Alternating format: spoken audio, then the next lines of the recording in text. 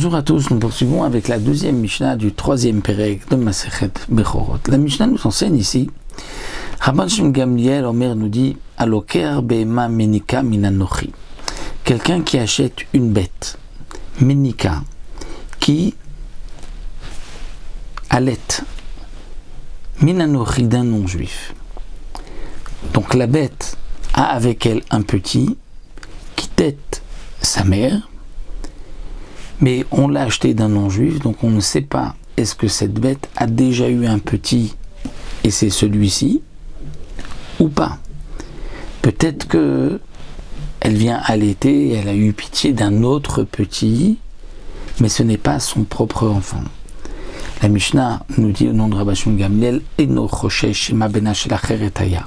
On ne craint pas que ce petit soit le fils d'une autre bête et que elle, cette bête, n'a pas eu de petit encore et que donc le prochain sera Bechor. Non, on considère que c'est son petit, que lui donc déjà est le Bechor, mais comme on l'a acheté d'un non-juif, donc il est dispensé, mais le prochain ne sera pas Bechor.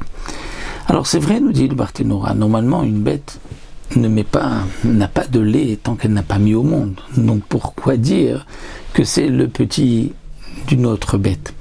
Le Barthénora nous dit que il y a parfois des bêtes qui ont du lait bien qu'elles n'ont pas mis au monde. Donc on aurait pu effectivement penser qu'elle fait partie de l'exception et elle a du lait et elle allait un petit qui n'est pas le sien. Donc Rabban Shimon Gamliel vient nous dire non, il n'y a pas de crainte, c'est sûr que c'est son petit. De même, la Mishnah continue. Nichnas letor edro. Quelqu'un qui rentre dans son troupeau le matin. Il avait plusieurs bêtes. Certaines n'avaient pas eu encore de petits et d'autres en avaient déjà eu. Donc pour certaines, si elles ont un petit maintenant, il est Bechor. Pour d'autres, non, il n'est pas Bechor. Vera, et il voit, et à mavkirot menikot. Il voit les mavkirot, c'est-à-dire les bêtes qui ont déjà eu un petit. Il les voit avec un autre petit maintenant et elle les allaite. Et il voit aussi que les bêtes qui n'ont pas eu... Pardon, c'est le contraire. Amavkirot, c'est celles qui maintenant... On va reprendre.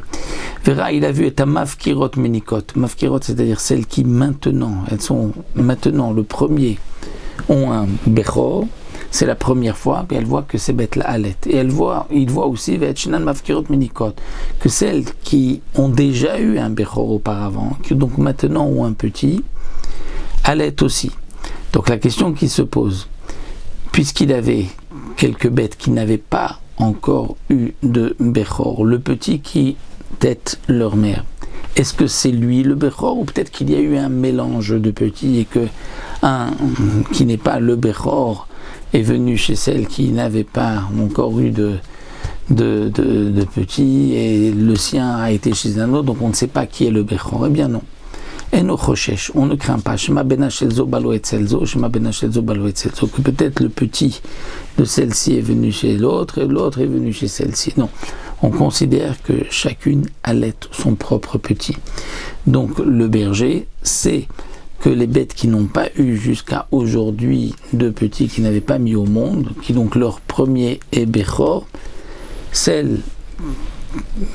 bête que la mère, celle-ci, la Mavkira allait, lui est Bechor, et donc aura le digne de Bechor, sera donné au Kohen, il devra la sacrifier, etc.